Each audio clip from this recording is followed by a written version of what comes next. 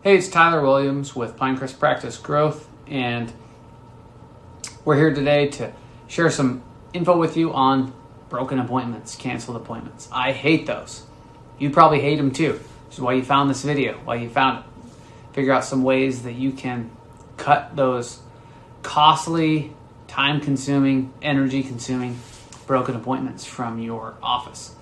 And, it's not an easy thing to fix, but it's definitely important and critical to your growth. And I'm here today, actually at a workshop for a couple days, and sharing some things with some other practice owners and business owners. And so I had this on my mind of a commonly asked question from practices and practice owners and office staff is, how do we cut down on those missed and canceled appointments?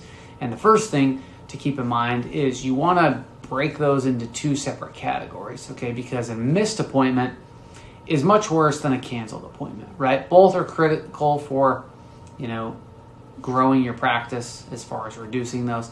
But a missed appointment's worse because that's when someone just stiffs you. They no-show, they say they're going to come and they don't. Canceled is typically something that happens prior to the start of the appointment. So in our office, on the minute that the patient is supposed to be there, if they don't come, if they cancel, if they call, if they let us know they're not going to make it, that is a missed appointment. But if it's any time leading up until right when their appointment starts, we would call that a canceled appointment. If they cancel 2 days or more in advance, okay, there's no penalty and there's no reason to charge the patient, in my opinion.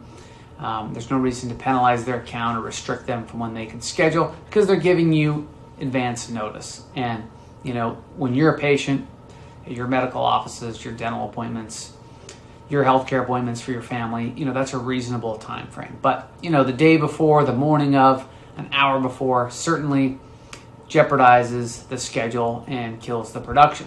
So first thing you want to do is get in place a policy, a financial policy, and a team policy, and you got to role play and practice this because it will not feel comfortable at first to go through with your team. The second thing is patient selection. So if you're getting way too many cancellations and no-shows, missed appointments, and you have someone on the phone calling these people, okay, don't rely just on your texting software. Even if you have a phone system that automatically texts or calls patients, okay, you still need to get a person verbally on there, especially people who don't respond. So if you have someone who does not reply to the text message, we always call them again, send them an email, have someone drive to their house if you need to. Just joking, kind of, but seriously is, don't just say, well, we called them, they didn't answer, and take it at face value. You've got to call. Let them know it's important. I get a lot of calls coming to my phone in the day, and I don't answer a lot of them when I don't recognize the number. But if that number calls twice or 3 times in a row, I typically will answer because I'll say, man, this must be something important. This is somebody who has something good to say.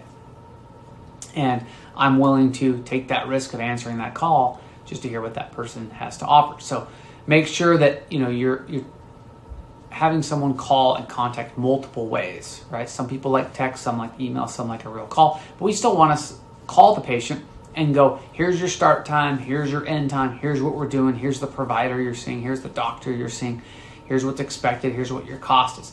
The confirmation through text is simply so they have the time down in their calendar and they know. But the call is to define what we call define the visit, define what we're going to be doing, who they're going to be seeing, what to do before, what not to do before, what to expect after, what prescriptions they need to pick up. There's a lot that goes into that, but that's how you have a highly productive practice. And so, having that system down, role-playing it, having team members go through those phone calls, having a financial policy, all right? That's kind of the first half of it. And, the financial policy, we charge $100 if the patient cancels less than 2 days or they don't show. The way we handle this is we don't send statements out or bills for that. In fact, we don't send statements of any kind anymore because we've found a better way that is much easier and saves time. That's for a separate video. But for intents and purposes of this, if the patient had a credit on their account, anywhere from $1 to $100, we would deduct from that credit the $100 for the missed appointment. on their second offense. Okay, we give everybody a first get out of jail free card, so to speak. Life happens. Sometimes it's a bad day. We forgot we had a meeting, get a flat tire. Okay, sickness happens. You can't prevent those things. But when it happens twice within the year, that second visit, that's when that $100 goes into enforcement, and we don't send them a bill for it again. We don't badger people about it. It just makes them mad. It's just going to be likely to get you some negative Google reviews or Yelp reviews or Facebook reviews. Okay, the better way to handle it is if they have a credit on their account, we would deduct from that, or we would ask them to pay that $100 before they reschedule. Now, part of the script would go like this if someone's going to cancel. Oh no, what happened? Is everything okay? So first we're addressing, making sure they're okay. We're addressing the person. We want to be real. We don't want to jump right into the cost. But then we would say, hey, Mary, you're probably aware, but there is a cancellation fee for less than 2 days notice. Let's see what we can do to help you avoid that. So we're going to bat for the patient to help them see we don't want to charge them money they can't use. We want them to be able to use that money towards dental treatment that they want or need. So we're not holding a dollar amount over their head. Now, if they ask, well, how much is that again? Okay, we're going to tell them, yeah, it's $100. Okay. And, some people are happy to pay it. We've had a patient recently. She did it like 2 or 3 times within a month. And she's like, yeah, I'm happy to pay the $100. Now, because she acknowledged it, we saw her back. But even if someone pays, just because, they're willing to pay, if they're doing it multiple times, it may be a patient you don't want in your practice. So the example I gave was an exception because she'd been having some problems with getting, daycare or something for her kids and had to keep moving things around short notice. But she was understanding and she made, she was willing to pay for it. But if someone calls in sick and it's their first time, you have to give them the benefit of the doubt. But if it happens again the next week and they say, oh, I'm sick again, okay, now that's where the $100 or whatever dollar amount you decide the penalty is, okay, goes into effect. Because when you see it happen twice, you start to realize there's a pattern. There's something with this person's lifestyle that's not quite in line with what they should be doing. And that's where, you go, there's clearly a problem with this patient. We're not on the same page. And that's sort of the way that we help them get off the fence, all right? So, financial policy, role play, practice it with your team. You have to go through these things verbally because they feel a little awkward at first, right? And you'll get some team members that kind of get annoyed by it and they'll start throwing around these dollar amounts. Hey, well, we have to charge you $100. Okay, well, no, we don't have to do anything. Okay, and then you have others who don't want to offend anybody or have any contention, and they kind of say, hey, well, okay, yeah, all right, I understand. Okay, it's okay. All right, that's a little bit soft. So you have to find that sweet spot in between where you're firm, but you're understanding and you're compassionate, and you let people know, hey, this is something that's not acceptable here, but we understand your situation, and these things happen sometimes, right? And then you move forward and you find ways to get them back in, and you make sure you reschedule them because that shows that you care and you want them to be in your office. But again, if it happens multiple times with any one patient within a year period, we go, oh, they're kind of in the penalty box. They're on the fence here. Now they're prepaying that $100 just to hold the visit, and it is non-refundable because most people don't want to do that. Most people don't have $100 to throw around like that, so they're probably going to show up, and then we credit that towards their visit. Okay? So that's the first half. The second half is patient selection. So if you're getting a high volume of no-shows and cancellations, it might be where you're attracting these patients from.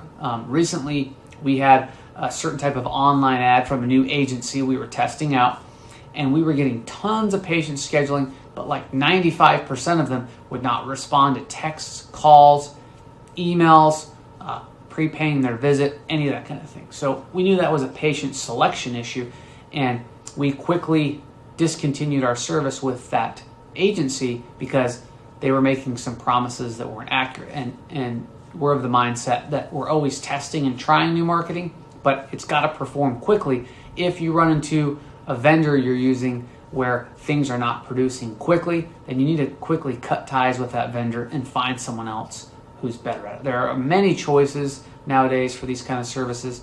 You don't need to be complacent and feel like you're going to give somebody 2 or 3 or 6 months for it to start working. If it doesn't start working within the first 30 days, you have a problem. They need to know that you take it seriously, that you measure and manage and monitor the numbers, and that it's not in line with what your practice vision is. And they need to change some things, all right? And if you'd like some help with improving your patient selection, we have a really cool new and improved product called the New Patient Lead Machine, and it helps you organically attract patients through a very different way than any agency is going to tell you to do. Now, it does require some work on your part, but there's not a lot of cost behind it. Okay, so the cost comes in the form of labor and human capital and your team members' time. Okay, but it doesn't come in the form of you have to front up a bunch of money. Okay, in fact, to get the New Patient Lead Machine, it's just $7 right now. It's a really great offer, a really great way to attract new patients and establish some authority in your community.